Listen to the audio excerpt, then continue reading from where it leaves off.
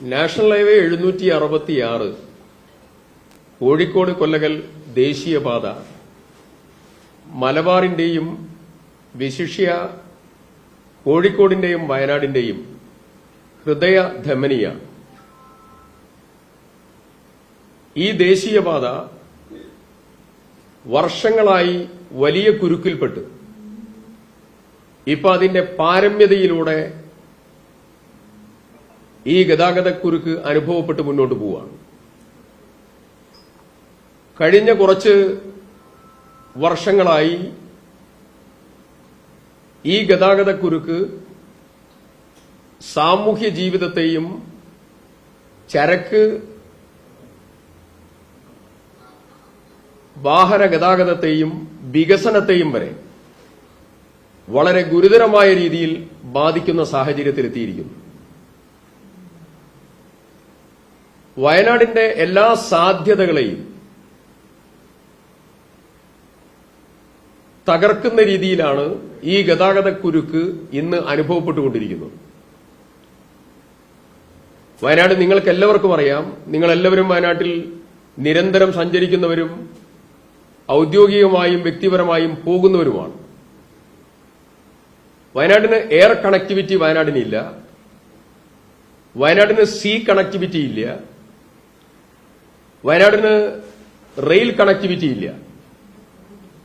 വയനാടിനാകെയുള്ളത് road ഗതാഗതം മാത്രമാണ്.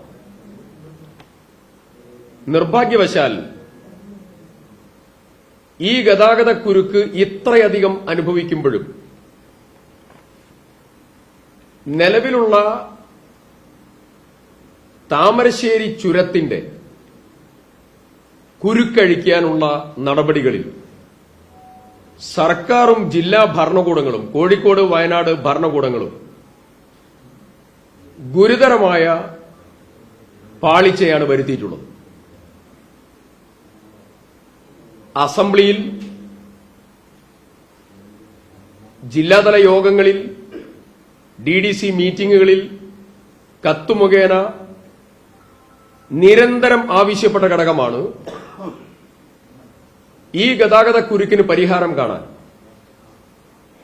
താൽക്കാലികമായ പരിഹാരങ്ങളും ശാശ്വതമായ പരിഹാരങ്ങളും ഉണ്ടാകണം എന്നുള്ളത് നിരന്തരം ആവശ്യപ്പെട്ട കാര്യമാണ്. കഴിഞ്ഞ ദിവസം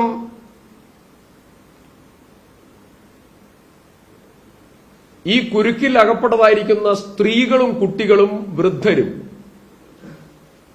കുടിവെള്ളം പോലും കിട്ടാതെ പ്രയാസപ്പെടുന്നത് വളരെ വേദനയുണ്ടാക്കുന്ന അനുഭവമാണ്.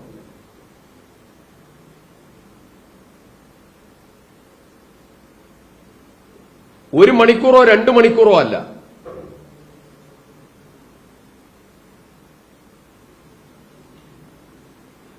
വയനാടിന്റെ സാമൂഹ്യ ജീവിതത്തെയും വികസന സാധ്യതകളെയും മുഴുവൻ ഈ ചുരം ഗതാഗതം ഗുരുതരമായ രീതിയിൽ ബാധിച്ചിരിക്കുക.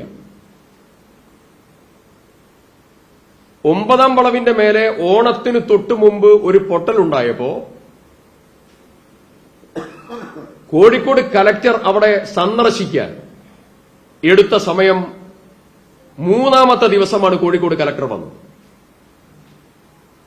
നിങ്ങൾക്കറിയാം, കോഴിക്കോട് ജില്ലയ്ക്കാണ് വയനാട് ചുരത്തിന്റെ, താമരശ്ശേരി ചുരത്തിന്റെ നിയന്ത്രണം അവർക്കാണ്. കോഴിക്കോട് ജില്ലയ്ക്കാണ്. ഈ കുരുക്കഴിക്കാൻ പല മീറ്റിംഗുകളിലും തീരുമാനമെടുത്തു. ആരാണ് ഈ തീരുമാനം നടപ്പിലാക്കുന്നതിൽ തടസ്സം നിൽക്കുന്നത്? സർക്കാർ മറുപടി പറയണം.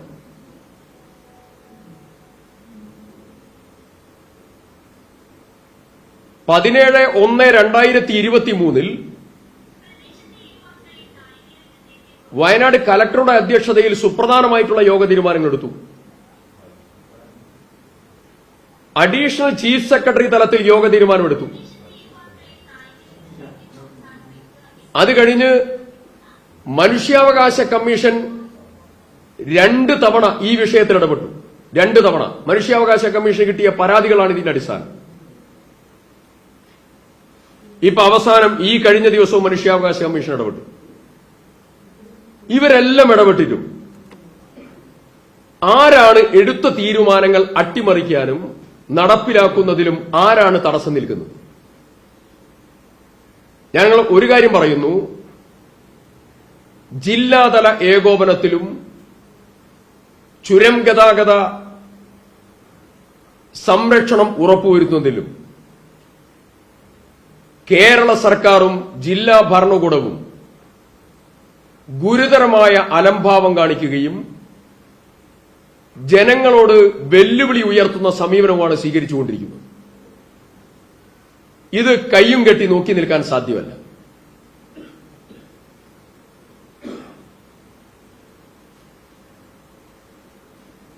ഒരു ക്രെയിൻ സർവീസ് ഏർപ്പെടുത്താൻ വർഷങ്ങളായി ആവശ്യപ്പെടുകയാണ്. ഒരു ക്രെയിൻ സർവീസ്, ഒരു മൊബൈൽ മെക്കാനിക്കൽ യൂണിറ്റ്. ഒരു വാഹനം കേടുവന്നാൽ ഉടനെ അവിടുന്ന് ഇവാക്യുവേറ്റ് ചെയ്ത് ഒരു സുരക്ഷിത സ്ഥലത്ത് കൊണ്ടുപോയി അത് നന്നാക്കി അവിടെ നിന്ന് പറഞ്ഞയക്കാൻ ഒരു ക്രെയിൻ സർവീസും മൊബൈൽ മെക്കാനിക്കൽ യൂണിറ്റും ആരംഭിക്കാൻ വർഷങ്ങളായി ആവശ്യപ്പെട്ട് തീരുമാനമെടുത്തിട്ട് പോലും ഇംപ്ലിമെന്റ് ചെയ്യാൻ ആരാണ് തടസ്സം നിൽക്കുന്നത്?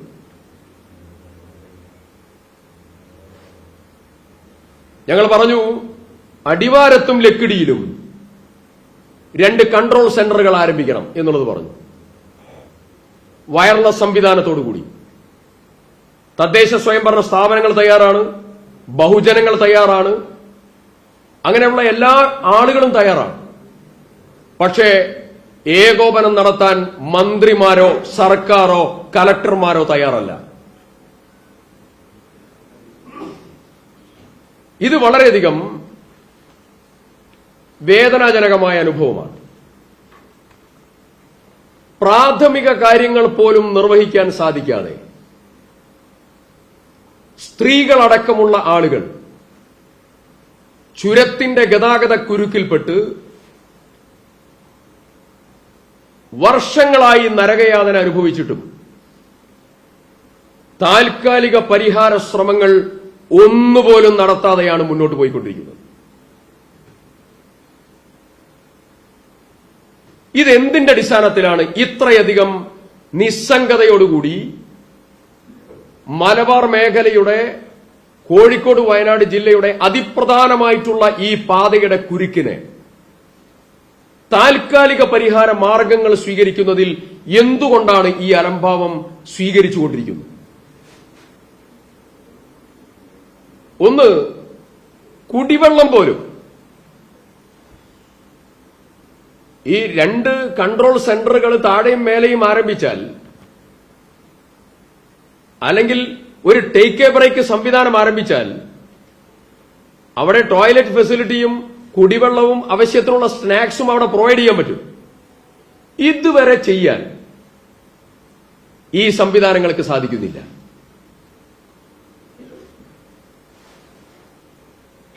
ഈ ഒരു പശ്ചാത്തലത്തിലാണ് വിവിധ ആവശ്യങ്ങൾ ഉന്നയിച്ച് വയനാട്ടിലെ 2 ജനപ്രതിനിധികൾ, ശ്രീ സുൽത്താൻ ബത്തേരി MLA, ശ്രീ IC ബാലകൃഷ്ണൻ MLAയും കൽപ്പന ജനപ്രതിനിധി എന്ന രീതിയിൽ ഞാനും ഇന്ന് വൈകുന്നേരം 3 മണിക്ക് ശേഷം കോഴിക്കോട് കലക്ടറേറ്റ് പടിക്കൽ പരിസരത്ത് രാപ്പകൽ സത്യാഗ്രഹ സമരത്തിന് നേതൃത്വം കൊടുക്കാൻ തീരുമാനമെടുത്തു. രാപ്പകൽ സത്യാഗ്രഹ സമരം പ്രമുഖ സാംസ്കാരിക പ്രവർത്തകൻ ശ്രീ MN കാരശ്ശേരി ഉദ്ഘാടനം നിർവഹിക്കും.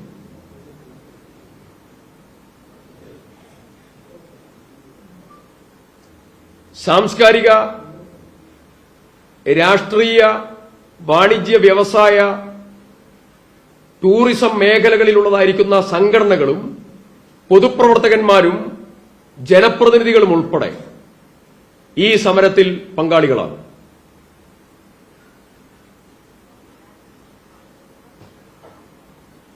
ഞങ്ങളുടെ സമരത്തിന്റെ പ്രധാനപ്പെട്ട ഡിമാൻഡ് നിങ്ങളുമായി പങ്കുവയ്ക്കുന്നു. ഒന്ന്, ചുരം ഗതാഗതം സുരക്ഷിതമായി മുന്നോട്ട് കൊണ്ടുപോകാൻ ഒരു പ്രത്യേക സംവിധാനത്തിന് നേതൃത്വം കൊടുക്കണം.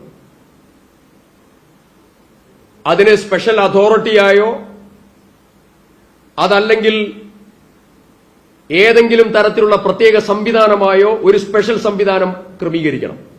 അതിന് 2 ജില്ലാ ഭരണകൂടങ്ങളുടെയും പോലീസ്, 2 തദ്ദേശ സ്വയംഭരണ സ്ഥാപനങ്ങൾ, ജനപ്രതിനിധികൾ, പൊതുസംഘടനകൾ.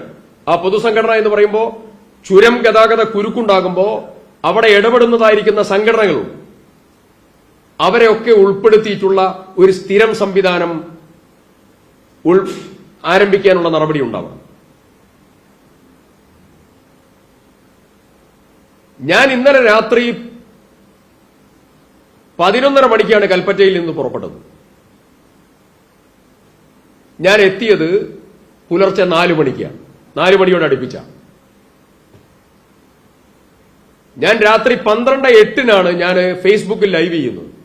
ഞാൻ ഉറങ്ങിക്കിടക്കുകയായിരുന്നു. ഉണർന്നപ്പോഴാണ് ബ്ലോക്കിൽ പെട്ടുകിടക്കുന്നത് കാണുന്നത്.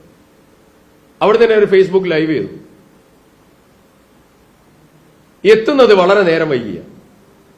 നിർഭാഗ്യവശാൽ ഒരൊറ്റ പോലീസിന്റെ സാന്നിധ്യം ഇന്നലെ രാത്രി ചുരത്തിലില്ല. ചില സമയത്ത് പോലീസ് നല്ലപോലെയുണ്ട്, ഉള്ളത് പറയണം. ഇന്നലെ രാത്രി പോലീസിന്റെ സാന്നിധ്യം തീരെയില്ല. അപ്പോ ഒരു സിസ്റ്റം പ്രവർത്തിക്കുന്നില്ല. ചുരം സംബന്ധിച്ച അതിപ്രധാനമായ സമയത്ത് ഒരു സിസ്റ്റം പ്രവർത്തിക്കുന്നില്ല. ഇന്നലെ രാത്രി കടന്നുപോയ രണ്ട് ആംബുലൻസ് ആണ് ആ സമയത്ത് ഞാൻ കണ്ടത്. 2 ആംബുലൻസ്. ഞാൻ ഇപ്പം ഇങ്ങോട്ട് വരുമ്പോ വിപിൻ ജോയ് എന്നാണ് ആ പേര് എന്നാണ് എന്റെ ഓർമ്മ. മേപ്പാടി വിംസിൽ നിന്ന് കോഴിക്കോട് മൈത്രയിലേക്ക് മെയിൻ വെയിൻ പൊട്ടി ഞങ്ങൾ രാവിലെ എയർ ആംബുലൻസിന്റെ സൗകര്യം നോക്കി കിട്ടാതെ വന്നപ്പോ അവസാനം താമരശ്ശേരി ഡിവൈഎസ്പിയോട് അടിയന്തര പോലീസ് ക്രമീകരണം ഏർപ്പെടുത്തിയ ആ കുട്ടിയുടെ ICU ആംബുലൻസ് ഇപ്പൊ പുറപ്പെട്ടു. എത്ര രോഗികൾ കോഴിക്കോടേക്ക് യാത്ര ചെയ്യാണ്. അവിടെ ടെർഷറി മെഡിക്കൽ ഇൻസ്റ്റിറ്റ്യൂട്ടിന്റെ പരിമിതികൾ നല്ലപോലെ അനുഭവപ്പെടുന്ന ഒരു സ്ഥലമാണ്. കോഴിക്കോടേക്കാണ് യാത്ര ചെയ്യുന്നത്. കുരുക്കിൽപ്പെടുകയാണ്. എത്ര ആളുകൾ ചുരത്തിൽ മരിച്ചു. ഇത്രയും ഗുരുതരമായ സാഹചര്യം ഉണ്ടായിട്ടും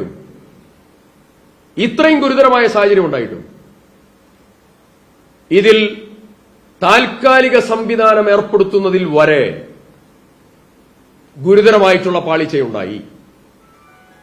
ഇപ്പൊ ഞങ്ങളുടെ ഡിമാൻഡ്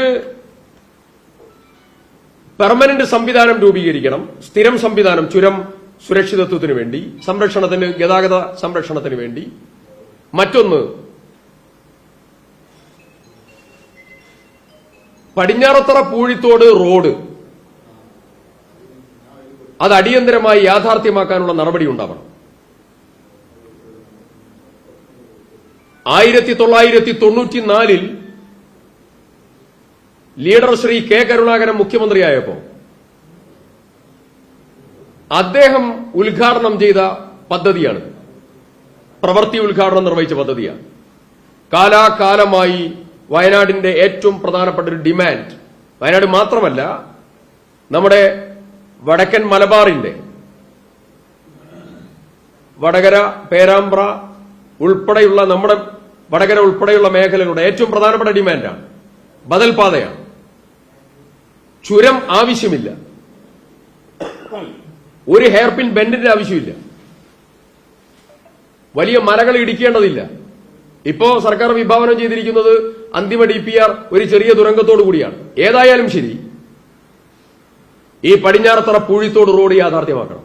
മറ്റൊന്ന്, മലാപ്പറമ്പ് മുതൽ മുത്തങ്ങ വരെയുള്ളതായിരിക്കുന്ന പുതിയ നാഷണൽ ഹൈവേ 766ന്റെ റീച്ച്, ആ റീച്ച്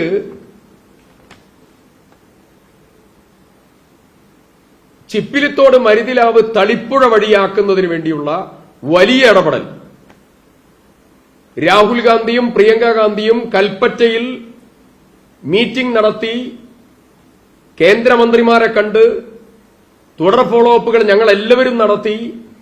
അതിന്റെ ഭാഗമായി ഏറ്റവും അവസാനം പ്രിയങ്ക ഗാന്ധിയുടെ ദിശ മീറ്റിംഗിന് ശേഷം നടന്ന നാഷണൽ ഹൈവേയുടെ പ്രത്യേക യോഗം ഉൾപ്പെടെ അതിനൊക്കെ തുടർന്ന് DPR തയ്യാറാക്കാനുള്ള തീരുമാനമെടുത്ത് അതിന്റെ ടെൻഡർ നടപടിയിലേക്ക് ഇപ്പൊ എത്തി. അത് വേഗത്തിലാക്കാനുള്ള നടപടി സ്വീകരിക്കണം.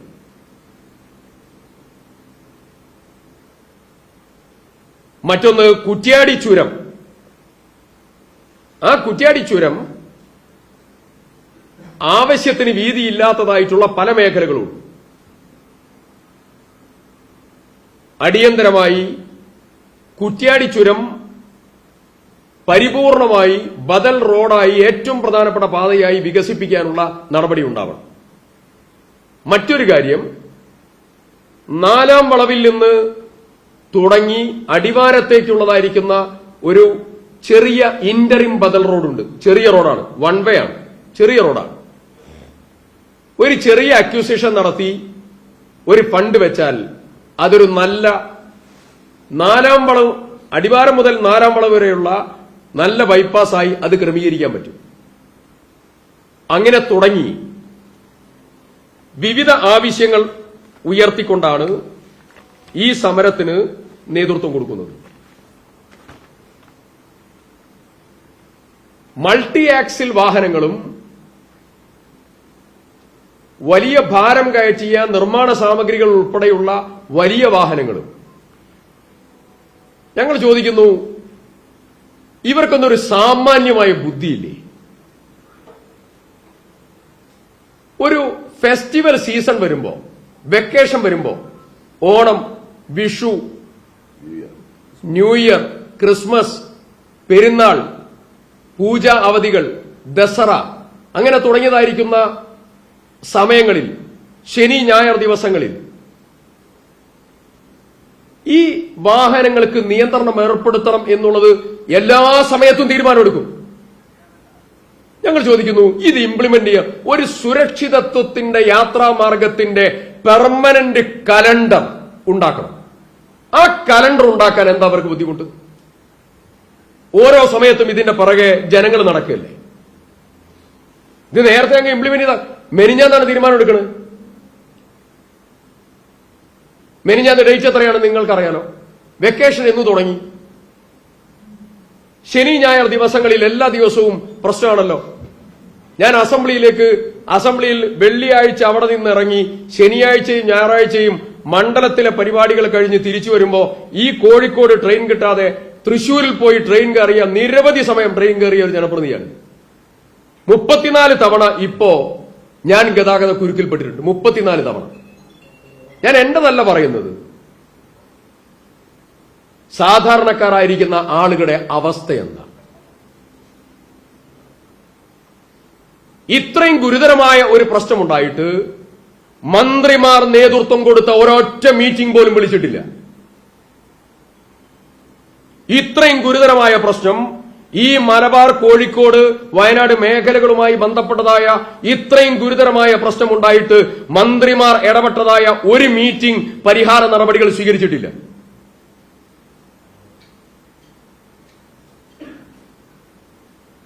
അങ്ങനെ പോകാൻ ഒരു കാരണവശാലും ഒക്കില്ല. ഇതുമായി ബന്ധപ്പെട്ടുകൊണ്ട് മൾട്ടി ആക്സിൽ വാഹനങ്ങൾക്കും മറ്റും നിയന്ത്രണം, പീക്ക് അവേഴ്സിലുള്ള നിയന്ത്രണം, അവധി സമയത്തുള്ള നിയന്ത്രണം അത് ഏർപ്പെടുത്തണം. മറ്റൊരു പ്രധാനപ്പെട്ടതായിരിക്കുന്ന കാര്യം, നിർദ്ദേശം, ഒരു special RRT, rapid response team Wayanad ചുരത്തിന് വേണ്ടി രൂപീകരിക്കണം. പോലീസിന്റെ നേതൃത്വത്തിൽ ട്രാഫിക് ക്രമീകരണത്തിന് വേണ്ടി തദ്ദേശ സ്വയംഭരണ സ്ഥാപനങ്ങളും പൊതുജനങ്ങളുടെ സംഘടനകളുണ്ട് അവിടെ ഇടപെടുന്നത്. ചുരം സംരക്ഷണത്തിന് വേണ്ടി ഇടപെടുന്ന പൊതുജനങ്ങളുടെ സംഘടനകൾ, ആ സംഘടനകളെയും ഉൾപ്പെടുത്തി ഇന്നലെ അവരുടെ സാന്നിധ്യം ഉണ്ടായിരുന്നു. അർദ്ധരാത്രി 12, 1 മണിക്ക്, 2 മണി സമയത്ത് പോലീസിന്റെ സാന്നിധ്യം ഞങ്ങൾ കണ്ടില്ല. അപ്പൊ അത്തരം സംഘടനകളെ ഉപയോഗപ്പെടുത്തി ഒരു സ്പെഷ്യൽ RRT രൂപീകരിക്കാനുള്ള തീരുമാനം എടുക്കുക. ആ RRT സംവിധാനം എല്ലാ സമയത്തും അവിടെ ഉണ്ടാവണം. അതിനുള്ള നടപടികൾ ക്രമീകരിക്കണം. ലക്കിടിയിലും താഴെയും അടിവാരത്തും 2 ഇടത്തും കൺട്രോൾ സിസ്റ്റം പ്രവർത്തിക്കണം. അവിടെ ആവശ്യത്തിന് വെള്ളവും വയർലെസ് സംവിധാനത്തോടു കൂടിയിട്ടുള്ള എല്ലാ സംവിധാനത്തോടു കൂടിയുള്ള ക്രമീകരണം ഉണ്ടാവണം. ടോയ്ലറ്റ് ഫെസിലിറ്റീസ് ലക്കിടിയിലും ടേക്ക് എ ബ്രേക്ക് സംവിധാനം ഉൾപ്പെടെയുള്ള നടപടികൾ ഇൻ ബിറ്റ്വീൻ സ്ഥാപിക്കാൻ ആവശ്യമായിട്ടുള്ള നടപടി ഉൾപ്പെടെ സ്വീകരിക്കണം.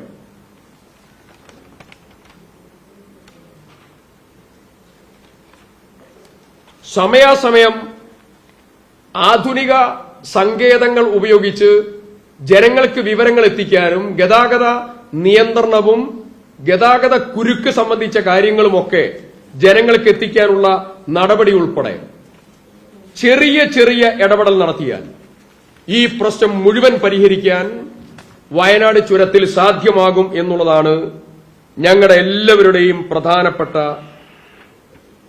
പ്രധാനപ്പെട്ട നിർദ്ദേശം.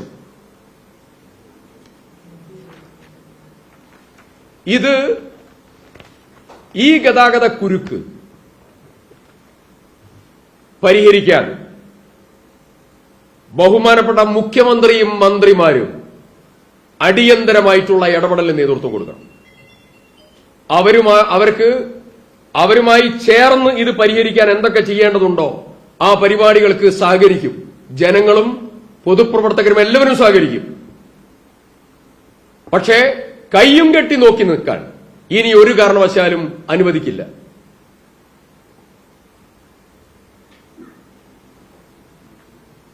ഇത്രയും ഇന്ന് ഞാൻ നേരത്തെ ബിബിൻ ജോയ് എന്നാണ് ആ കുട്ടിയുടെ മൈത്രയിലേക്ക് വരുന്ന കുട്ടിയുടെ പേര്. അത് നേരത്തെ ബിബിൻ എന്നാണ് ഞാൻ പറഞ്ഞത്. ആംബുലൻസിന്റെ നമ്പർ KL 12P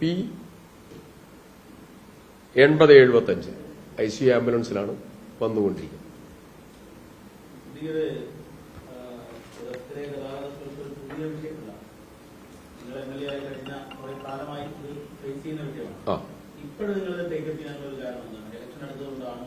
അല്ലല്ല ഞാൻ പറയാം.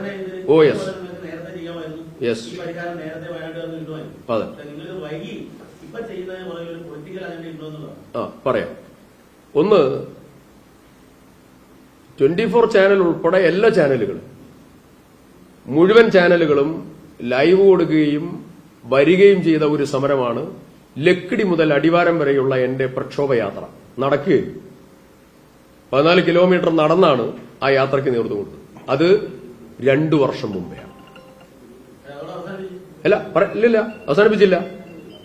ലക്കിടിയിൽ നേതൃത്വം കൊടുത്ത പരിഹാര ശ്രമത്തിന് വേണ്ടിയിട്ടുള്ള ലക്കിടിയിൽ നേതൃത്വം കൊടുത്ത സമരം, വയനാട് കലക്ടറേറ്റിന്റെ മുമ്പിലുള്ള സമരം, അസംബ്ലിയിലുള്ള ആവശ്യങ്ങൾ, എത്ര സമരങ്ങൾക്ക് നേതൃത്വം കൊടുത്തു. പരിമിതമായ സമരങ്ങളല്ല, നിരവധി സമരങ്ങൾ. ഇത് ഇന്നലെയും തുടങ്ങിയതല്ല. ഇതൊരു ഇലക്ഷൻ ഓറിയന്റഡും അല്ല. ഇത് വയനാട്ടിലെ ഒരു പ്രശ്നം നിങ്ങൾ ആലോചിക്കണം. കാർഷിക മേഖല പുറകോട്ടാണ്. വയനാടിന്റെ ഏക മേഖല ടൂറിസമാണ് വളർന്നു വന്നുകൊണ്ടിരിക്കുന്നത്. ആ ടൂറിസം സെഗ്മെന്റ് 2024 ജൂലൈ 30 പുറകോട്ട് പോയി. മെല്ലെ പിടിച്ചു വരുമ്പോഴാണ് ഈ കഴിഞ്ഞ ഓണത്തിന് 9ാം വളവിന്റെ മേലെ ഉണ്ടായ പൊട്ടൽ. അതോടുകൂടി ഓണം മുഴുവൻ പോയി. ഹോസ്പിറ്റാലിറ്റി ഇൻഡസ്ട്രീസ് മുഴുവൻ പുറകോട്ട് പോയി. അത് കഴിഞ്ഞ് ഈ ന്യൂ ഇയർ ഒന്ന് പിടിവള്ളിയാണ്. ഈ ക്രിസ്മസ് ന്യൂ ഇയറിന് മുഴുവൻ കുരുക്കാണ്. ഈ കുരുക്കിൽപ്പെട്ടവർ രണ്ടാമത് വരില്ല.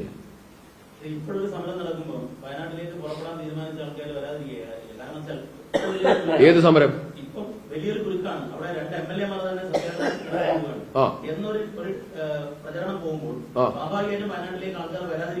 ഞങ്ങള് അല്ല ദീപകെ, സമയം തീരുമാനിക്കുന്നത് സാഹചര്യം അനുസരിച്ചാണ്. ആ സാഹചര്യം ഇപ്പോ കഴിഞ്ഞ 1.5-2 മാസത്തിനകം എത്ര തവണ നമ്മൾ കുരുക്കിൽപ്പെട്ടു? നിരവധി തവണ. നിങ്ങൾ എത്ര തവണ വാർത്ത കൊടുത്തു? ഈ സമയത്തിനിടയിൽ ഞാൻ ചോദിക്കുന്നത്, വയനാടിനെ രക്ഷപ്പെടുത്താൻ ഒരിടപെടൽ മന്ത്രിതലത്തിൽ, ഉദ്യോഗസ്ഥ തലത്തിൽ, കലക്ടറേറ്റ് തലത്തിൽ ഒരിടപെടൽ ഇവർ നടത്തി, മീറ്റിംഗ് നടത്തി ക്രമീകരിച്ചു? ഇല്ല. അങ്ങനെ പോവാണ്. അങ്ങനെ പോകുന്ന സമയത്ത് ഇത് കയ്യും കെട്ടി ഞങ്ങള് നമുക്കൊക്കെ ആയുസ്, നമ്മുടെയൊക്കെ ആയുസ്സില് ബ്ലോക്ക് കൂടുകയല്ലേ? മറ്റുള്ള നമ്മുടെ ജീവിതത്തിന് പൊതുസമൂഹത്തിന് കൊടുക്കേണ്ട സമയമാണല്ലോ. ആ സമയം മുഴുവൻ ഈ കുരുക്കിൽപ്പെടുകയല്ലേ? സമരം ചെയ്യേണ്ട ആവശ്യകത ഉള്ളത് കൊണ്ട് അനിവാര്യമായ ഒരു സാഹചര്യത്തിലാണ് ഈ സമരം. അനിവാര്യമായി ഏതാ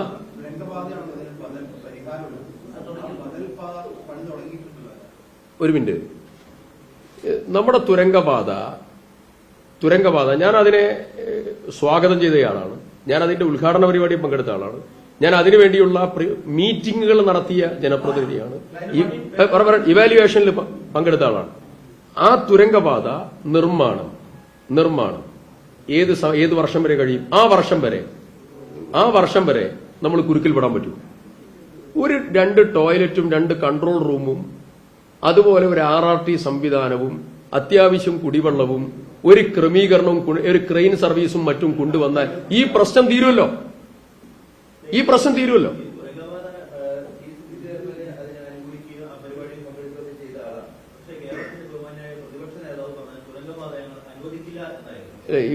സബ്ജക്ട് അതല്ലല്ലോ. പറയട്ടെ. ബഹുമാന്യനായ പ്രതിപക്ഷ നേതാവ് പ്രതിപക്ഷ നേതാവായിട്ടുള്ള കോൺഗ്രസ് പാർലമെന്ററി പാർട്ടിയിലെ അംഗമാണ് ഞാന് പ്രിയങ്ക ഗാന്ധി തുരങ്കപാതയുടെ ഉദ്ഘാടന പരിപാടിക്ക് പ്രവൃത്തി ഉദ്ഘാടനത്തിന് സന്ദേശം നൽകിയ ആളാണ് പ്രിയങ്ക ഗാന്ധി. ലോക്കൽ MLA ആയ ഞാൻ ആ പരിപാടിയിൽ നേരിട്ട് പങ്കെടുത്ത ആളാണ്. അത് സംബന്ധിച്ചതായിരിക്കുന്ന കോൺട്രവേഴ്സിയും കൺഫ്യൂഷന്റെയും ഒരു കാര്യമില്ല. അതിൽ നമുക്ക് നമ്മുടേതായിരിക്കുന്ന നിലപാട് വളരെ കൃത്യമായി അറിയിച്ചു.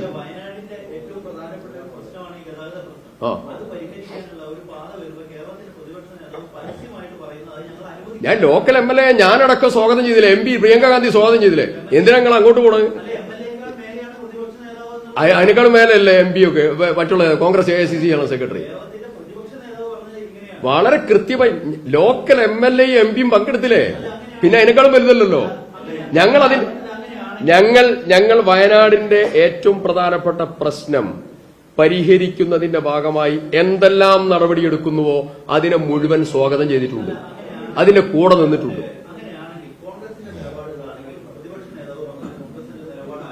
ഏതാ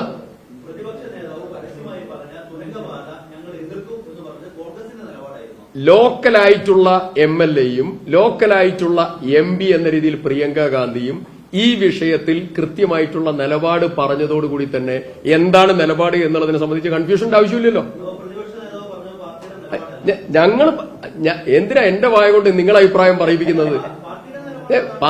പാർട്ടിയുടെ നിലപാടും കാര്യങ്ങളും പറയേണ്ടത് KPCC പ്രസിഡന്റാണ്. പാർട്ടി നിലപാട് പറയേണ്ടത് KPCC പ്രസിഡന്റിനോട് ചോദിക്കാതെ ഞങ്ങൾ ആരെങ്കിലും ഇതിൽ പങ്കെടുക്കൂ? അല്ല, ഞാൻ പറഞ്ഞല്ലോ ലോക്കൽ MLA MP ഇതിൽ പങ്കെടുത്തല്ലോ, പിന്നെ അവിടെ തീർന്നല്ലോ പ്രശ്നം. ഏതാ നിങ്ങൾക്ക് വേണ്ടതായ ഒരു മറുപടിയിലേക്ക് ചോദിക്കേണ്ട റിപ്പീറ്റേഷൻ, അതിൽ കാര്യമില്ല.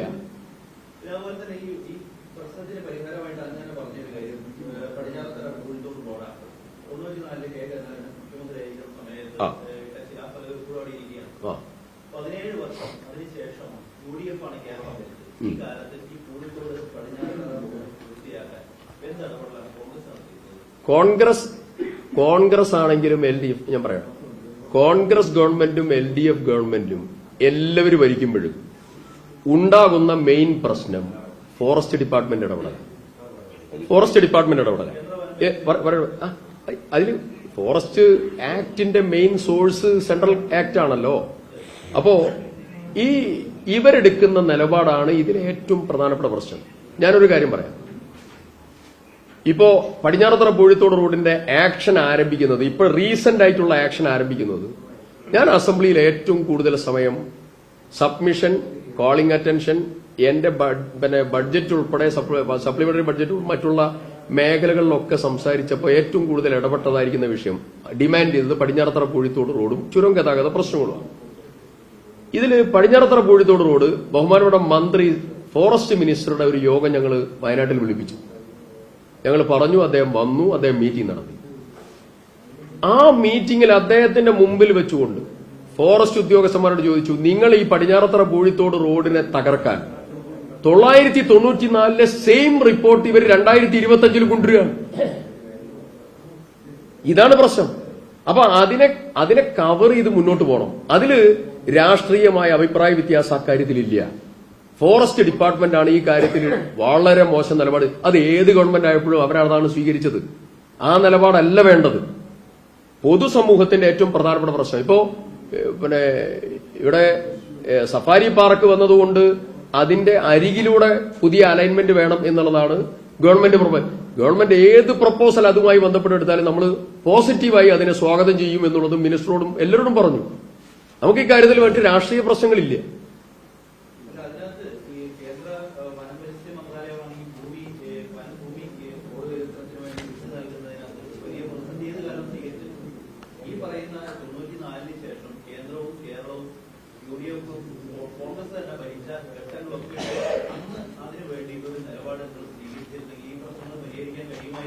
എല്ലാ സമയത്തും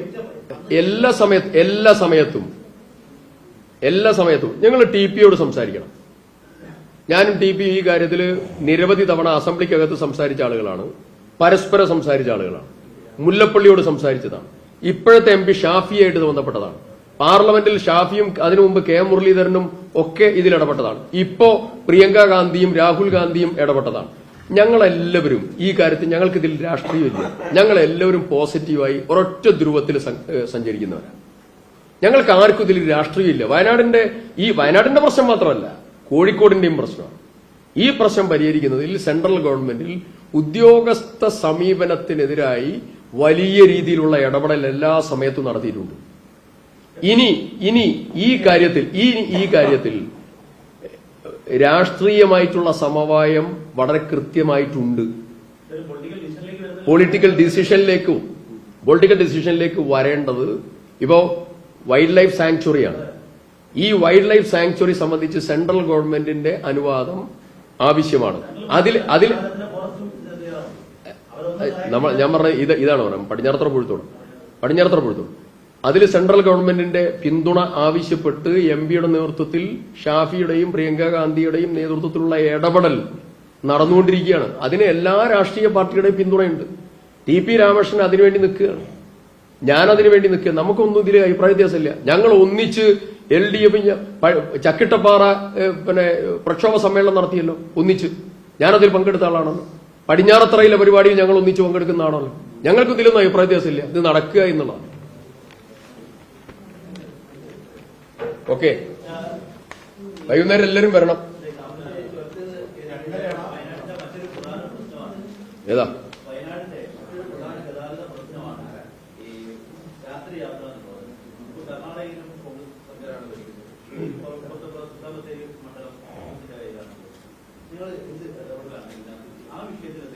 നിലവിൽ അതിൽ നല്ല രീതിയിലുള്ള ഇടപെടൽ നടന്നുകൊണ്ടിരിക്കുകയാണ്. സുപ്രീം കോടതിയുടെ മുമ്പിലുള്ളതായിരിക്കുന്ന പ്രശ്നം കർണാടക സജസ്റ്റ് ചെയ്തിരിക്കുന്ന ഒരു ബദൽ റോഡുണ്ട്. ആ ബദൽ റോഡ് മാറ്റി ഈ റോഡ് തന്നെ ഇപ്പോ അവസാനം ഞാൻ ഇടപെട്ട് ഞാനൊരു 10 തവണയെങ്കിലും മീറ്റിംഗ് നടത്തിയിട്ടുണ്ടാവും.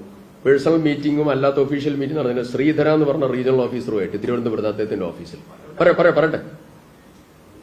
ഈ അവസാനം നമ്മൾ കൊടുത്തിരിക്കുന്നത് ഇരട്ട തുരങ്കത്തിനുള്ളതായിരിക്കുന്ന പ്രപ്പോസലാണ്. നിങ്ങൾ ജോൺ ബ്രിട്ടാസ് ഡൽഹിയില് നിതിൻ ഗഡ്കരിന്റെ അടുത്ത് പോയി സംസാരിക്കുന്ന ഒരു പ്രപ്പോസൽ ഉണ്ടല്ലോ. ആ പ്രപ്പോസലിന്റെ ജീവവായു ആദ്യം കൊടുത്ത് മുന്നോട്ട് കൊണ്ടുവന്ന് ആ ഇരട്ട തുരങ്കം അത് വരുന്നതോടുകൂടിയാണ് ഇതിന്റെ ശാശ്വതമായിട്ടുള്ള പരിഹാരത്തിലേക്ക് പോവുക. ഞങ്ങൾ അതിന്റെ ലേസൺ വർക്ക് കൃത്യമാണ്. അപ്പോ മൈസൂർ നിലമ്പൂർ നഞ്ചങ്കോട് മൈസൂർ നിലമ്പൂർ പാത പ്ലസ് നാഷണൽ ഹൈവേ 766 ഇത് രണ്ടും ഒരുമിച്ച് പോകാൻ പറ്റുന്നതായ പ്രപ്പോസൽ ഓൺഗോയിങ് ആണ്. അത് നടക്കുമെന്നുള്ള പൂർണ്ണമായ പ്രതീക്ഷയിലാണ്. അതോടുകൂടി ഈ പ്രശ്നം രാത്രികാല ഗതാഗത പ്രശ്നം പരിഹരിക്കപ്പെടും. അതില് നിങ്ങളൊരു കാര്യം ആലോചിക്കണം. വയനാടിന്റെ റെയിൽവേ സ്വപ്നമുണ്ട്. ആ റെയിൽവേ സ്വപ്നം 2016 ഉമ്മൻചാണ്ടി ഗവൺമെന്റ് ഭരിക്കുന്ന സമയത്ത് ഉമ്മൻചാണ്ടി സാറ് 2015 ആരംഭിച്ച് 16 ഡൽഹി മെട്രോയെ ചുമതലപ്പെടുത്തി. ഡൽഹി മെട്രോയുടെ ശ്രീധരന്റെ നേതൃത്വത്തിൽ അതിന്റെ ഫീസിബിലിറ്റി സ്റ്റഡി 2015 നടന്നു. ആ ഫീസിബിലിറ്റി സ്റ്റഡിയിൽ എക്കണോമിക്കലി വയബിൾ ആണ് ഈ പ്രോജക്റ്റ് എന്നുള്ളത് കൊണ്ട് DPR തയ്യാറാക്കി മുന്നോട്ട് പോയി 2016 അവരുടെ അതിനുവേണ്ടി പണം നീക്കിവെച്ചു, ഹെഡ് ഓഫ് അക്കൗണ്ട് ഉണ്ടാക്കി. ആ പണം വിഡ്രോ ചെയ്യാൻ വേണ്ടിയിട്ടുള്ള പ്രപ്പോസൽ ഡൽഹി മെട്രോ കൊടുത്തപ്പോൾ അതിൽ ഫീസിബിലിറ്റി സ്റ്റഡി കൊടുത്തത് 3 ആണ്. ഒന്ന് Kozhikode light metro, Thiruvananthapuram light metro, Nilambur Nanjangud Nilambur പാത, 3 എണ്ണത്തിന്റെ ഫീസിബിലിറ്റി സ്റ്റഡി ആയിരുന്നു. ഫീസിബിലിറ്റി ഉള്ളതായ പദ്ധതി എന്ന് പറഞ്ഞ് ഈ പദ്ധതി കൊടുത്തു, നഞ്ചങ്കോട് മൈസൂർ നിലമ്പൂർ പാത. അവസാനം എന്താ ഉണ്ടായത്? അവസാനം ഉണ്ടായത് എമൗണ്ട് വിഡ്രോ ചെയ്യാൻ കൊടുത്തപ്പോഴത്തേക്ക് ആ സമയത്ത് ഇലക്ഷൻ നടന്നു, ഇടതുപക്ഷ ഗവൺമെന്റ് വന്നു. വാക്കാൽ നിർദ്ദേശമാണ് ആ പണം കൊടുക്കണ്ട. എന്നിട്ട് ഒരു പുതിയ പദ്ധതി ബഹുമാനപ്പെട്ട മുഖ്യമന്ത്രിയുടെ ഓഫീസിൽ നിന്ന് നിർദ്ദേശം കൊടുത്തു പഠിക്കാൻ ഡൽഹി മെട്രോയോട്. ആ പദ്ധതിയായിരുന്നു തലശ്ശേരി മൈസൂർ പാത. ആ പദ്ധതി പഠിച്ചു. പറയട്ടെ. ആ പദ്ധതി പഠിച്ചതിന്റെ റിപ്പോർട്ട് എന്താണെന്ന് അറിയോ? പഠിച്ചതിന്റെ റിപ്പോർട്ട് അത് വയബിൾ പ്രോജക്റ്റ് അല്ല, ടെക്നിക്കലി വയബിൾ അല്ല, എക്കണോമിക്കലി വയബിൾ അല്ല. അതിന്റെ ഒരുപാട് റീസൺസ് പറഞ്ഞു, ഞാൻ ആ റീസൺസിലേക്ക് കടക്കുന്നില്ല. ഹാസൻ മുതൽ മംഗലാപുരം വരെ റെയിൽപാതയുണ്ട്. ഇത് ഒരു ഇൻമിഡിലുള്ള ഏരിയയാണ്, പ്രധാനപ്പെട്ട നഗരങ്ങളുമായി ബന്ധപ്പെടുത്താൻ സാധിക്കില്ല. ടെക്നിക്കൽ ഇഷ്യൂ, പേരിയിലേക്കുള്ള ഹൈറ്റിന്റെ പ്രശ്നമാണ്. ഞാൻ റിപ്പോർട്ട് മുഴുവൻ പഠിച്ച ആളാണ്, പറ്റില്ല. ഞാൻ ചോദിക്കുന്നു, ഇത്ര വർഷമായല്ലോ, ഫീസിബിൾ ആയിട്ടുള്ള ഈ റെയിൽവേ പദ്ധതി മുന്നോട്ട് നീക്കാൻ ഈ ഗവൺമെന്റ് ഒരു വിരലനക്കം നടത്തിയില്ല. ഞാൻ ഈ വിഷയത്തെ രാഷ്ട്രീയമായിട്ടൊന്നുമല്ല കാണാൻ ആഗ്രഹിക്കുന്നത്. നിങ്ങൾ തുടർച്ചയായി ഈ ചോദ്യം ചോദിച്ചതുകൊണ്ടാണ് ഇതിലേക്ക് പറയേണ്ടി വന്നത്. ഇവിടെ അവസാനിപ്പിക്കുകയാണ്. നമുക്ക് ആവശ്യം രാഷ്ട്രീയപരമായിട്ടുള്ള ആക്രമണം പ്രത്യാക്രമണമല്ല. നമുക്ക് വേണ്ടത് ഈ ജീവൽ പ്രശ്നങ്ങൾ, വികസന പ്രശ്നങ്ങൾക്ക് ശാശ്വതമായ പരിഹാരമാണ്. അതിന് ആരെ കാണണോ, ആരോട് സംസാരിക്കണോ, അതിന് പൂർണ്ണമായും ഒരുക്കമാണ്. അതിൽ രാഷ്ട്രീയമില്ല.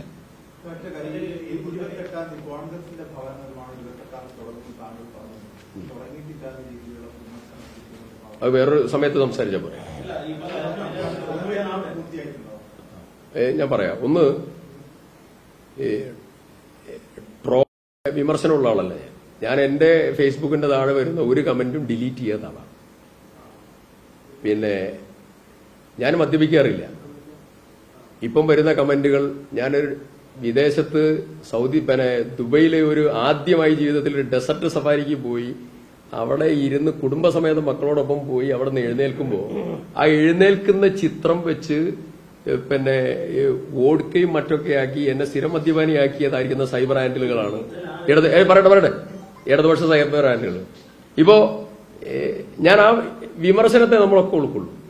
ഇപ്പൊ അവസാനം പറഞ്ഞെന്താ? അവസാനം പറഞ്ഞത് ഡിസംബർ മാസം 28 കോൺഗ്രസ് ജന്മദിനത്തിൽ ഈ വീടിന്റെ തറക്കല്ലിടണം എന്നാണ് ആഗ്രഹം. അത് നേതൃത്വത്തെ അറിയിച്ചിട്ടുണ്ട്. അതാണ് പറഞ്ഞ വാചകം. അപ്പോ പ്രമുഖനായ ഒരു CPM നേതാവ് അതില് ഇടണം എന്നുള്ളത് കട്ട് ചെയ്തു. എന്നാണ് ആഗ്രഹം എന്നുള്ളത് മാറ്റി എന്നിട്ട് ഇതങ്ങ് പ്രചരിപ്പിച്ചു. ഞങ്ങളുടെ ഒരു ജനുവരി 10 നമുക്ക് ഒന്നിച്ചിവിടെ ഇരിക്കാം. ജനുവരി 10 അറൌണ്ട് നമുക്കിവിടെ ഒന്നിച്ചിരിക്കാം. എന്താണ് ഫൈനൽ സ്റ്റാറ്റസ് എന്നുള്ളത് നിങ്ങളോട് ഇൻ ടോട്ടൽ പറയാം. പറയട്ടെ ഇൻ ടോട്ടൽ പറയാം. കോൺഗ്രസ് മുന്നോട്ട് വെച്ച പദ്ധതി, ആ പദ്ധതിയിൽ നിന്ന് ഒരു ഇഞ്ച് കോൺഗ്രസ് പുറകോട്ട് പോയില്ല. രാഹുൽ ഗാന്ധിയാണ് ജനത്തോട് പറഞ്ഞത്, അതിന്റെ ഉത്തരവാദിത്വമുണ്ട്. ബഹുമാനപ്പെട്ട മന്ത്രി രാജൻ ഔദ്യോഗികമായിട്ടുള്ള പദ്ധതിയുടെ സമയം പല സമയത്ത് മാറ്റേണ്ടി വന്നിട്ടുണ്ട്. എന്റെ അടുത്ത് സമയക്രമമാണ് ഉൾപ്പെടെയുണ്ട്. രാഷ്ട്രീയപരമായിട്ടുള്ള പ്രത്യാരോപണം ഇതിൽ പ്രസക്തമല്ല. അവിടെ ടെക്നിക്കലായ ഇഷ്യൂ ആയിരുന്നു. നിരവധി തവണ മാറ്റിയിട്ടുണ്ട്. മാറ്റേണ്ടി വന്നത് അവരുടെ സാഹചര്യം കൊണ്ടാണ്. ആ ഡേറ്റ് അടക്കം ഞാൻ എടുത്തു വെച്ചിട്ടുണ്ട്. കോൺഗ്രസിന് ഇതിന്റെ സാങ്കേതികവും നിയമപരവുമായിട്ടുള്ള പ്രശ്നങ്ങൾ കൊണ്ട് വൈകൽ വന്നിട്ടുണ്ട്. പക്ഷേ നമുക്ക് ഒരു അറൌണ്ട് ജനുവരി 10 ആവുമ്പോൾ ഇതിന്റെ എല്ലാ കാര്യങ്ങളും, മുഴുവൻ കാര്യങ്ങളും നിങ്ങളുമായി പങ്കുവെക്കത്തക്ക രീതിയിലുള്ള സാഹചര്യം ഉണ്ടാകും. അപ്പോൾ 4-5 തീയതികളിൽ കോൺഗ്രസിന്റെ പ്രത്യേക ക്യാമ്പ് വയനാട്ടിൽ വെച്ചുകൊണ്ട് നടക്കുകയാണ്. ഞങ്ങൾ അതിന്റെയൊക്കെ ഫൈനൽ സ്റ്റേജിലാണ്, ഫിനിഷിംഗ് സ്റ്റേജിലാണ്. ഞങ്ങൾ ഇപ്പോ അത് തുറന്നു പറയാതിരിക്കുന്നതിനുള്ള ചില കാര്യങ്ങളുണ്ട്. അത് ഞങ്ങൾക്ക് മാത്രം ബോധ്യപ്പെട്ട ചില കാര്യങ്ങളാണ്. അതുകൊണ്ട് അത് പറയാതിരിക്കുകയാണ്. 10-ാം തീയതി അറൌണ്ട് നമുക്ക് വീണ്ടും കാണാം. അല്ലല്ല, ആഗ്രഹമല്ല, കോൺക്രീറ്റ് ആയിട്ടുള്ള എല്ലാ കാര്യങ്ങളും നിങ്ങളുമായിട്ട് പങ്കുവെക്കും. ഏതാ കോൺക്രീറ്റ് ആയിട്ടുള്ള എല്ലാ കാര്യങ്ങളും, മുഴുവൻ കാര്യങ്ങളും. ഏതാ ക്യാമ്പിൽ ഇത് ചർച്ചല്ല. അല്ല, ക്യാമ്പിൽ ഇതൊരു ചർച്ചയല്ല. ക്യാമ്പിന് മുമ്പ് തന്നെ ക്യാമ്പിന് മുമ്പേ അല്ല, ക്യാമ്പിൽ ഇതല്ല ചർച്ച. ക്യാമ്പിൽ വേറെ സബ്ജക്ട്.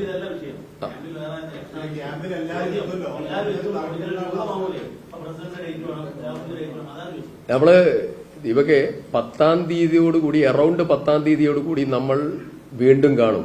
ഒന്നുകിൽ KPCCയുടെ പ്രസിഡന്റോ പ്രധാനപ്പെട്ട നേതാക്കന്മാരോ നിങ്ങളുമായിട്ട് ഇത് സംബന്ധിച്ച മുഴുവൻ കാര്യങ്ങളും പ്രധാനപ്പെട്ട ആളുകൾ കമ്മ്യൂണിക്കേറ്റ് ചെയ്യും. അതോടുകൂടി ഈ പ്രശ്നം തീരും.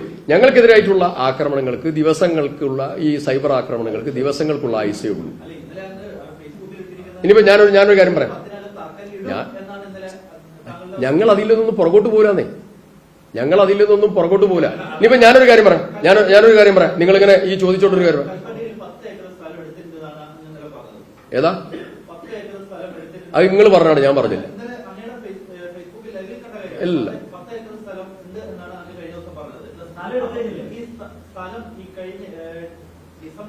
ഒന്ന് ഞാൻ നേരത്തെ പറഞ്ഞ കാര്യമുണ്ട്. സ്ഥലം, അതിന്റെ ഡിസൈൻ, അതിന്റെ വർക്ക് അഗ്രിമെന്റ്, അതിന്റെ അഡ്വാൻസ് കൊടുക്കല്, അനുബന്ധ കാര്യങ്ങൾ, ലിസ്റ്റ്, ഗുണഭോക്താക്കൾ ലിസ്റ്റ് ഉണ്ടാക്കാനുള്ള നടപടികൾ, ഇതിന്റെ എല്ലാ നടപടികളുമായിട്ട് ഞങ്ങൾ പോയിക്കൊണ്ടിരിക്കുക. ഇതില് ഗുണഭോക്തൃ ലിസ്റ്റ് ഉണ്ടാക്കുന്ന അവസാനത്തെ മീറ്റിംഗ് മെനഞ്ഞാന്ന് നടന്നു. ഞാൻ അതിലും പങ്കെടുത്താണ് പോരുന്നത്. ഞങ്ങൾ ഇതിന്റെ ഫൈനൽ സ്റ്റേജിലാണ്. 10-ാം തീയതിയോടുകൂടി നിങ്ങൾക്ക് എല്ലാ വിവരവും നിങ്ങൾക്ക് കൈമാറും. അറൌണ്ട് 10-ന് വിവരം കൈമാറും. അവിടെ ടെൻഷൻ വേണ്ട. എന്താ പ്രശ്നം? ഒരു മിനിറ്റ് 10 ഏക്കർ സ്ഥലം എടുത്തു എന്ന് ഞാൻ എവിടെ പറഞ്ഞത്? അല്ല, ബൈറ്റിലുള്ളതല്ല. അങ്ങനെയല്ല പറഞ്ഞത്. എത്ര 10 ഏക്കർ എടുത്തു എന്ന് ചോദിച്ചു. അറൌണ്ട് 10 ഏക്കറിന്റെ അടുത്തൊക്കെ വരും എന്ന് പറഞ്ഞു. എടുത്തു എന്നുള്ളതല്ല, അതിന്റെ രജിസ്ട്രേഷൻ നടപടികൾ അന്തിമഘട്ടത്തിലാന്നാ പറഞ്ഞത്. ഏതാ ഞാൻ പറയട്ടെ, സർക്കാരിന് എത്ര തവണ മാറ്റി പറഞ്ഞിട്ടുണ്ട് സർക്കാർ? കേരളത്തിന്റെ റവന്യൂ മന്ത്രി എത്ര തവണ മാറ്റി പറഞ്ഞിട്ടുണ്ട്? പിന്നെന്താ കോൺഗ്രസ് ഒരു തവണ മാറ്റി പറയുമ്പോ നിങ്ങൾക്ക് എന്താ പ്രശ്നം? കേരളത്തിന്റെ മന്ത്രി, മുഖ്യമന്ത്രി സർവ്വ അധികാരങ്ങളുള്ള ഒരു സിസ്റ്റം എത്ര തവണ മാറ്റിയിട്ടുണ്ട്? എന്നിട്ട് ഞങ്ങൾ ഒരു 1-2 തവണ മാറ്റുന്നതിന് നിങ്ങൾക്ക് എന്താ ബുദ്ധിമുട്ട്? ഏതാ എന്റെ രാജ മിനിസ്റ്റർക്കും കേരളത്തിലെ മുഖ്യമന്ത്രിക്കും മാറ്റി പറയേണ്ട സാഹചര്യം എന്തുകൊണ്ടാ വന്നത്? ഒന്ന് പറ. സർക്കാരിന്റെ പദ്ധതി എന്ന് പറഞ്ഞാൽ CPM പദ്ധതിയല്ല. അതിൽ ഞാൻ പങ്കാളിയാണല്ലോ. ഞാൻ പറഞ്ഞുതരാം. ഇപ്പോ ഒരു പ്രത്യേക തരത്തിലുള്ള ഒരു ക്യാമ്പയിൻ നടക്കുക. ആ ക്യാമ്പയിൻ ചർച്ച ചെയ്യപ്പെടേണ്ടതുണ്ട്. സർക്കാർ പദ്ധതി CPM പദ്ധതിയല്ല. സർക്കാർ പദ്ധതി LDF പദ്ധതിയല്ല. സർക്കാർ പദ്ധതിയാണ്. ആ പദ്ധതിയിലേക്ക് 1 മാസത്തെ ശമ്പളം UDFന്റെ മുഴുവൻ MLA-മാരും കൊടുത്ത ആളാണ്. അതിൽപ്പെട്ട ഒരാളാണ് ഞാൻ. പറഞ്ഞു തീരട്ടെ. 2, കോൺഗ്രസ് MP-യായ ശ്രീ രാഹുൽ ഗാന്ധി 100 വീടിന്റെ പണം കർണാടക സർക്കാരിനോട് കൊടുക്കാൻ പറഞ്ഞു. ആ കർണാടക സർക്കാർ പണം കൊടുത്തു. കേരളത്തിന്റെ മുഖ്യമന്ത്രി തറക്കല്ലിടലില് കർണാടക സർക്കാരിന്റെ പണം കിട്ടി എന്ന് അവിടെ പ്രഖ്യാപിച്ചു. 2, 3, കേരളത്തിലെ കുടുംബശ്രീ പ്രവർത്തകർ അവർ 100 വീടിന്റെ പണം കൊടുത്തു. കേരളത്തിലെ പൊതുസമൂഹം മുഴുവൻ പങ്കാളികളായി. ഇത് കേരളത്തിലെ പൊതുസമൂഹത്തിന്റേതാണ്.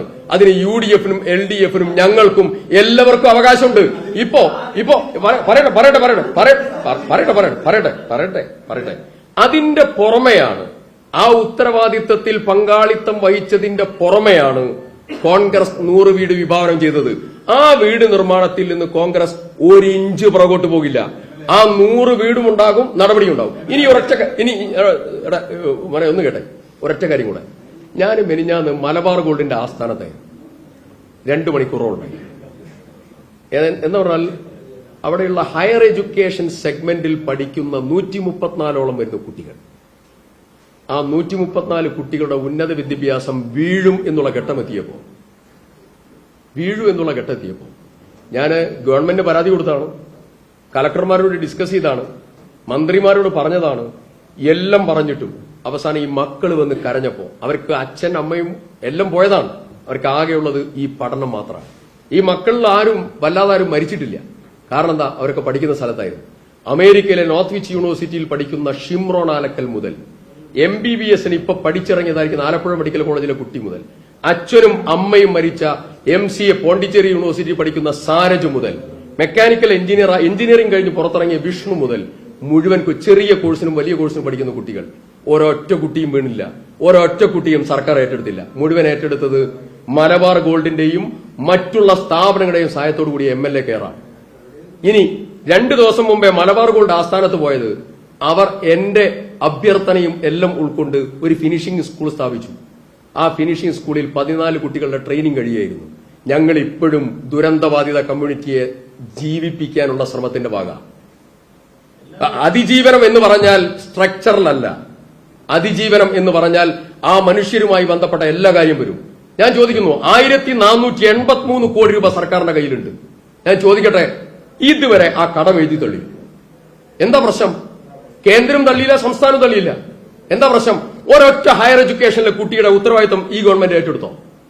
എടുത്തില്ല. ഒരുപാട് ചോദ്യങ്ങളുണ്ട്. 10-ാം തീയതിക്ക് ശേഷം നമുക്ക് പറയാം. ഉത്തരവാദിത്തം നിർവഹിക്കൽ വീടിന്റെ കാര്യത്തിൽ മാത്രമല്ല, അവരെ വഴി നടത്താനുള്ളതായിരിക്കുന്ന ഉത്തരവാദിത്തമാണ്. അത് നിർവഹിക്കുന്നതിൽ ഈ സർക്കാരിന് ഗുരുതര പാളിച്ച വന്നിട്ടുണ്ട്. അത് ഇപ്പൊ പറയേണ്ട സന്ദർഭമല്ല, അത് പറയേണ്ട സമയത്ത് പറയും.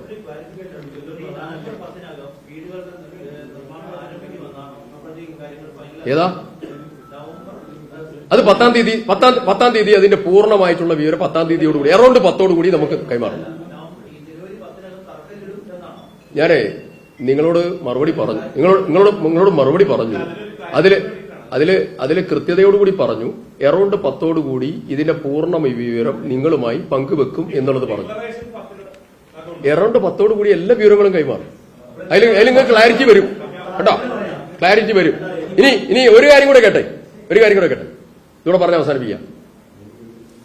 MLA കെയറും മലബാർ ചാരിറ്റബിൾ ട്രസ്റ്റിന്റെയും സംവിധാനത്തിൽ പഠിച്ച 10ഓളം വരുന്ന വിദ്യാർത്ഥികൾക്ക് ഇപ്പൊ ജോലി കിട്ടി.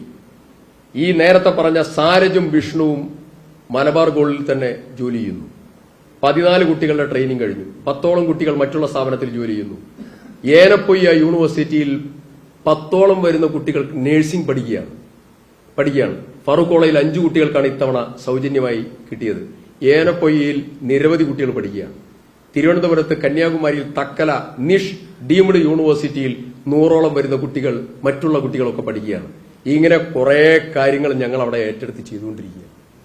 സർക്കാർ ഒന്നും തിരിഞ്ഞു നോക്കിയിട്ടില്ല പല കാര്യത്തിനും. ഞങ്ങളൊന്നും ആക്ഷേപം പറയുന്നതല്ല. വീട് മാത്രമല്ല ഒരു ദുരന്തബാധിത കമ്മ്യൂണിറ്റിയുമായി ബന്ധപ്പെട്ട പ്രവർത്തനം, മറ്റു പലതും ഉണ്ട്. ആ പലതും ചെയ്യുന്നതിൽ ഗുരുതരമായ പാളിച്ച. ഞാൻ പറയാം, ജീവനോപാധിയുടെ കാര്യത്തിൽ കയ്യിൽ പൈസ നിൽക്കല്ലേ, ആരാ തടസ്സം? ജീവനോപാധി മുഴുവൻ കൊടുത്തോ ഈ സർക്കാർ? കൊടുത്തില്ല. കുറെ കാര്യങ്ങളുണ്ട്. അതൊക്കെ നമുക്ക് സംവദിക്കാം. Okay, thank you.